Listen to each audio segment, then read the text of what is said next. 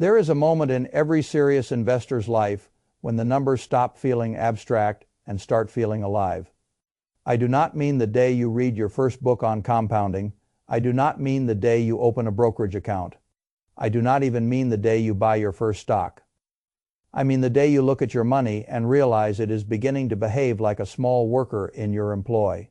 At first it is a weak worker, then it becomes a reliable one. And eventually, if you treat it well and leave it alone long enough, it becomes stronger than you. That is the strange and beautiful thing about wealth. In the beginning, you drag it uphill. Later, it begins helping you climb. And if you stay in the game long enough, it starts pulling you. Most people never reach that third phase, not because they are stupid, not because they are lazy, and not because they are morally unworthy of it. They miss it because the early years feel insulting. They save, they invest, they sacrifice, they do the responsible thing, and after months or years of effort, the account still looks small enough that it seems almost rude.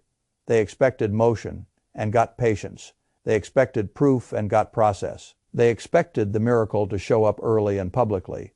Instead, they got a slow private grind that feels as though their own labor is doing all the work. For a long time, that is exactly what is happening. And if you do not understand that, you are likely to quit before the machine becomes interesting. I want to talk to you about 3 net worth milestones that change everything. Not because the numbers themselves are mystical, but because the relationship between effort and return changes when you cross them. That is what people miss. They think the number is the story. The number is not the story. The story is what the number does to the behavior of compounding, to the emotional texture of your life, and to the range of choices available to you when the world stops cooperating. When I was young, like most people, I thought money was something you earned. Then I learned that money can also be something you own. Later, I learned the deepest lesson of all, which is that money can become something that works. Once it reaches that stage, you no longer experience wealth as an abstract status symbol. You experience it as pressure leaving your life. That is why these milestones matter. They are not social milestones. They are functional milestones. The first one is the point where you prove to yourself that you can gather capital at all. The second is the point where money begins doing enough visible work that you stop feeling alone in the effort. The third is the point where labor becomes optional in a way that changes the architecture of your life. I am going to take these one at a time, but first I want to clear away the biggest misunderstanding people bring into the room when they start saving and investing. In the beginning, almost all progress comes from you. That is not failure. That is the design. If a young person invests a modest sum every month and earns a respectable return, the gains in the early years look laughably small beside the contributions. This is the phase that humiliates people. They are disciplined. They are doing the right thing. But their own deposits tower over the green shoots of growth. They begin to wonder whether this whole compounding business has been oversold. They begin to suspect that only rich people really benefit, because rich people start with enough money for returns to look meaningful. There is some truth in that suspicion, but it is incomplete. Compounding is unfair in the same way gravity is unfair. It favors what is already there. It does not care about your feelings. A little money grows a little. A great deal of money grows a great deal. The secret is not to complain about that. The secret is to stay in the game until the amount already there becomes large enough that the mathematics finally become emotionally visible. That is why the first milestone matters so much. The first milestone is $10,000. Not because $10,000 will liberate you, not because $10,000 means you have arrived, not because there is anything magical about that exact number. It matters because at 10,000 you have proved that you can turn intention into capital. That sounds modest, but it is not modest at all. A person who can accumulate 10,000 through saving and investing has already crossed the invisible line between admiration and participation. Before that point, wealth is mostly something other people seem to have. After that point, wealth becomes something you know how to build. Even if you are still far from where you want to end up, that psychological shift is enormous. People underestimate the emotional importance of a first serious number because they are too busy mocking its size. They say 10,000 is nothing. It cannot buy a house. It cannot fund retirement. It cannot free you from work. All true. But that misses the point entirely. The purpose of the first milestone is not freedom. It is identity. You stop being someone who talks about investing and become someone who has invested. You stop being someone who hopes to save and become someone who has saved. You stop looking at financial discipline as a personality trait other people possess and begin recognizing it as a muscle you have already built. That matters because most wealth journeys fail psychologically long before they fail mathematically. A person quits because the early years feel dead. He is contributing month after month. And if he is honest, he feels like the portfolio is little more than a box he keeps stuffing bills into. The returns do not yet impress him. The account balance does not yet change his life. He looks around and sees people spending freely, traveling more, driving nicer cars, enjoying the present with a kind of careless shine, and his own sacrifice begins to feel foolish. This is where most people leave. They leave right before the curve starts bending. That is the tragedy. Not that they were incapable, that they misunderstood where they were standing on the curve. Compounding does not flatter the beginner. It rewards endurance. At 10,000, something subtle begins. The returns are still small enough that you remain the dominant source of new value, but the account is now large enough that you can finally imagine what would happen if you left it alone. You can begin to see that even if you stopped contributing, the money would not stop existing. It would go on trying to become more of itself. That realization matters more than the nominal number. It teaches you that money has memory. Money that has been gathered and planted does not need constant applause. It only needs time. Now, I know people love to talk about how they would invest more if only they made more. Sometimes that is true. Very often what they really mean is that they would invest more if they were more convinced the process worked. The first milestone: if you have 10,000 invested, you can no longer pretend wealth. Building is something mysterious and unavailable. You may still be underfunded. You may still be impatient. But you are not excluded from the logic anymore. You are inside it. There is another point here that matters especially to younger people with employer retirement plans. Many people reach that first milestone much faster than they realize they could if they treat matching contributions and tax advantages with the seriousness they deserve. I have always loved free money when it is honestly given. Employer matches are one of the few examples in life where free money still exists without a catch, hidden behind the door. Yet astonishing numbers of people leave it on the table because the sums feel small each month. That is another way impatience sabotages compounding. People underestimate what slow accumulation means because it never arrives dramatically. I have seen this pattern in business too. A great many mediocre managers ruin fine companies, not because they do not know what works, but because what works looks too slow when compared to the theater of action. They want excitement. They want a quarter that proves their brilliance. They cannot stand the boredom of patient accumulation. Investors make the same mistake with their own lives. They would rather chase something thrilling than patiently collect the dollars that will eventually become a self-feeding machine. That is why the 10,000 milestone matters. It teaches patience with evidence. Now let us move to the second milestone, because this is where the relationship between you and your money begins to change in a way you can finally feel. The second milestone is 100,000. At 100,000, your money stops looking like a habit and starts looking like a force. I do not mean that in a poetic sense. I mean that the annual movement begins to matter enough that you can see the machine. The green part of the chart is no longer decorative. It begins to carry weight.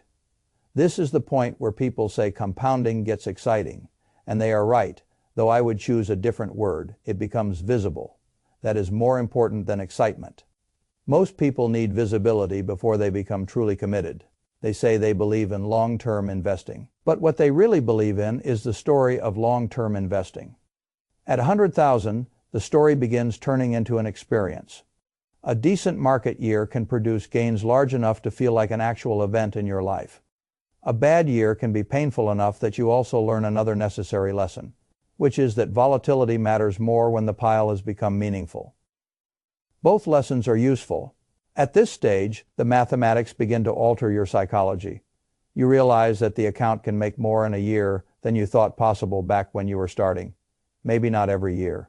Markets are not vending machines, but the potential becomes large enough that you begin to understand the phrase, letting your money work for you in something other than a decorative sense. This is where a lot of investors finally stop feeling ridiculous. Early on, they feel like servants to the process at 100,000.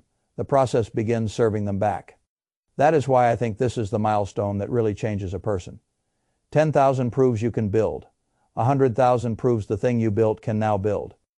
That is a profound shift. A great many financial anxieties soften at this point. Not because you are rich, but because the future no longer depends exclusively on your monthly effort. For most of your working life, income has been the engine and wealth merely the storage tank. At 100,000, wealth begins to contribute meaningful horsepower of its own. If you have ever felt trapped by the idea that you must keep pushing forever at the same intensity simply to stay in place, this milestone changes that feeling. You may still need to work, you may still need to contribute, you may still be decades from complete freedom, but you are no longer alone in the climb. Your capital is finally in the rope with you. I want to say something here about the cult of speed, because it ruins many otherwise sensible people. There is a tactic people now call coast fire, where the goal is to build enough capital early that if you never contributed another dollar, the money would still compound into a retirement-sized sum later in life. Fine, there is logic in that, but people get trapped by the style of the thing. They become obsessed with hitting the milestone by a certain age, and if they cannot do it, they treat the whole exercise as though it no longer counts. That is foolishness. The point of 100,000 is not that you can now stop forever.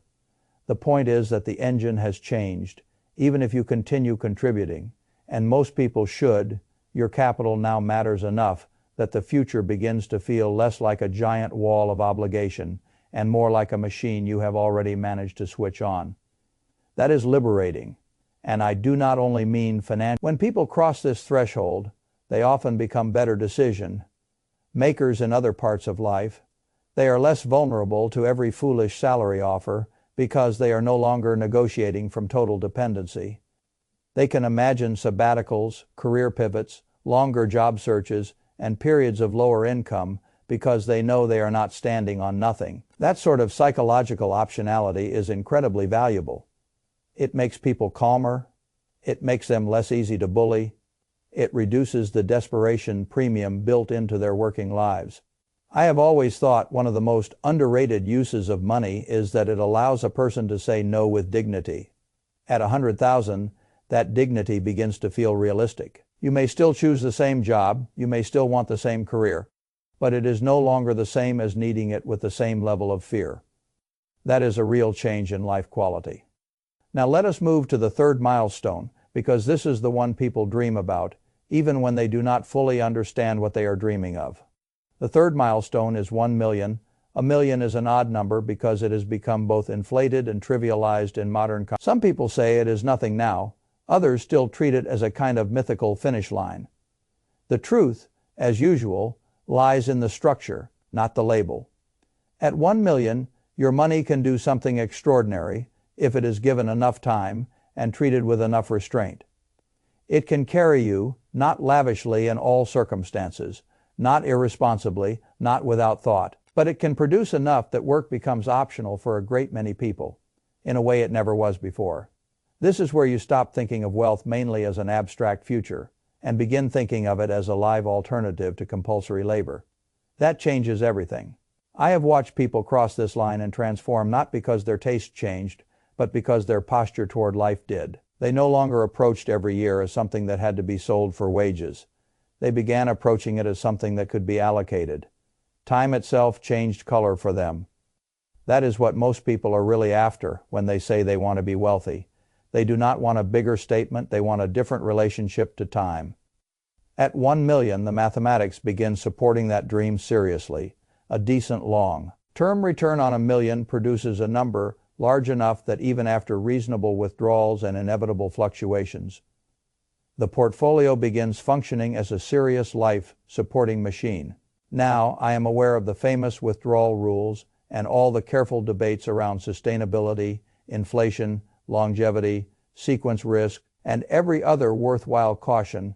Those discussions matter. I am not dismissing them, but they do not alter the central fact, which is that at 1 million, the portfolio's earning power enters the range where it can credibly support a human life, not just decorate it.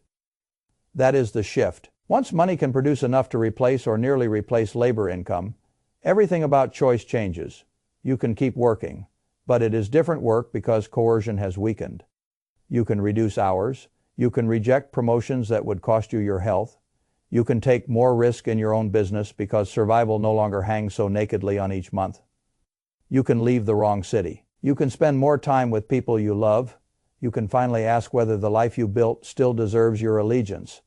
That is what $1 million buys at its best. Not status, breathing room. The vulgar imagination thinks wealth means more consumption. The mature imagination knows wealth means fewer compulsory yeses. There is a reason rich people often look calmer, even when they are insufferable in other ways. A great many of them are no longer negotiating with the world from a position of pure need. Their portfolios are not just assets, they are shock absorbers. That is what people feel when they cross the third milestone, not just pride, shock absorption. I should say here that 1 million is not a moral achievement. I know people who reached it and became no wiser. And I know people of far smaller means who possess a tranquility and discipline that put millionaires to shame. What I am talking about is not virtue. It is mechanics. Wealth at that level changes the mechanics of your life. It also changes how you experience markets. When the portfolio is small, market swings feel insulting because the gains are tiny and the losses feel personal. When the portfolio becomes large, market swings become serious in a different way. A good year can advance your life dramatically. A bad year can still wound you. But if you have built the portfolio honestly over time and with a sound structure, you begin understanding something very few people grasp when they first start out. The portfolio is no longer an account. It is an organism. It grows. It contracts. It responds to conditions. It needs to be fed, not overhandled. It can be damaged by panic. It can be stunted by constant interference. It can become extraordinarily powerful if it is given time and protected from your own impulses. That is why most people who build real wealth end up learning a lesson that sounds boring and is worth a fortune. Do not interrupt compounding unless the reason is truly important. Every time people interrupt the machine for a trivial reason, they are stealing from their own future at the exact moment their future was starting to become beautiful. Now, if you step back from these 3 milestones, the pattern becomes wonderfully clear. 10,000 changes your identity. 100,000 changes the visibility of compounding. 1 million changes your relationship to labor and time. Those are not just larger numbers. They are different states of being. That is why a person he has to think about what the balance changes in him. The first teaches discipline. The second teaches belief. The third teaches freedom. And I do not mean freedom in the childish sense of doing whatever you want every minute. I mean freedom in the adult sense of not being cornered by every practical necessity. There is another lesson buried in all this that I think matters enormously. The road between these milestones is made mostly of repetition, not revelation. That is why so many people fail to respect it. They are waiting for the big move, the perfect stock, the brilliant allocation, the moment someone explains some secret that lets them leap ahead. But the truth is much less flattering and much more democratic. Most people who reach these milestones did not get there through a miracle. They got there through sustained transfer. A certain amount from each paycheck, a certain amount from each bonus, a certain amount from each year of discipline, less lifestyle inflation than their peers, more patience than their peers, more respect for compounding than their peers. This is not mysterious. It is just difficult because the rewards are delayed, and delayed rewards are what adulthood is mostly made of. If you can tolerate delayed rewards, you can do extraordinary things in markets and in life. If you cannot, life will forever keep renting you your own future back at a premium. That is why I always tell people not to despise the early years. The early years feel thankless, but they are when the habits are formed. The first milestone may feel small, but the person who reaches it is no longer the same as the person who kept talking about starting. The second may still not make you rich, but the machine is now visibly alive. The third may not make you invincible, but it makes work optional enough that you can finally choose with some dignity.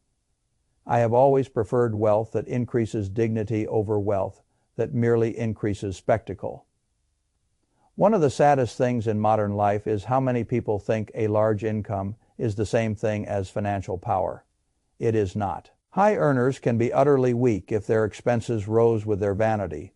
A moderate earner with a well-built six-figure portfolio may have more true leverage over his own life than a glamorous spender making twice as much. That is because net worth milestones are not just milestones of accumulation. They are milestones of independence from the need to keep selling the next month of life at any price. That is a sentence worth reading twice. You are not just building an account, you are reducing the percentage of your future that must be sold under pressure. That is what compounding does at its noblest. And that is why staying motivated matters so much in the early years. When almost nothing on the surface seems to reward you, you are not merely adding to a balance, you are changing the terms under which your future will negotiate with the world. If you understand that, then the sacrifices feel less sterile. Skipping the unnecessary expense is not just an act of denial, it is an act of transfer. You are moving power from the present impulse to the future self. You are buying a worker who will one day work while you sleep. And those workers, once gathered in sufficient numbers, become an army. That army begins very small. At 10,000, it is still a squad. At 100,000, it begins looking like a company. At 1 million, it becomes something larger than most people ever believed they could command. I know life intrudes. Children arrive, careers wobble, illness happens, divorce happens, markets crash, economies get uglier than the spreadsheets expected. The path is never as clean as the textbook promises, but none of that weakens the logic. It only makes the logic more valuable. A person who understands these milestones and what they mean is better equipped to keep going through disruptions because he knows where he is in the journey and why the journey feels the way it does. That knowledge protects him from despair. Most investors do not fail because the math failed them. They fail because they misread the emotional weather of the early phase and assumed the system itself was broken when it was actually just young. That is why I wanted to explain these milestones the way I have, not as shiny goals, as functional tipping points. The first proves you can build. The second proves your money can now begin building with you. The third proves that time itself is becoming purchasable. I cannot think of many transformations more important than that. If I had to give one final instruction to anyone starting out or anyone stuck between milestones, it would be this. Do not judge compounding by its early manners. It is quiet at first, almost rude in its modesty. Then one day the account begins moving in ways that feel impossible compared with where you started, and you realize the whole time the machine was not ignoring you. It was warming up. Stay long enough to see that. Most people do not, and that is why these milestones change everything for the people who do.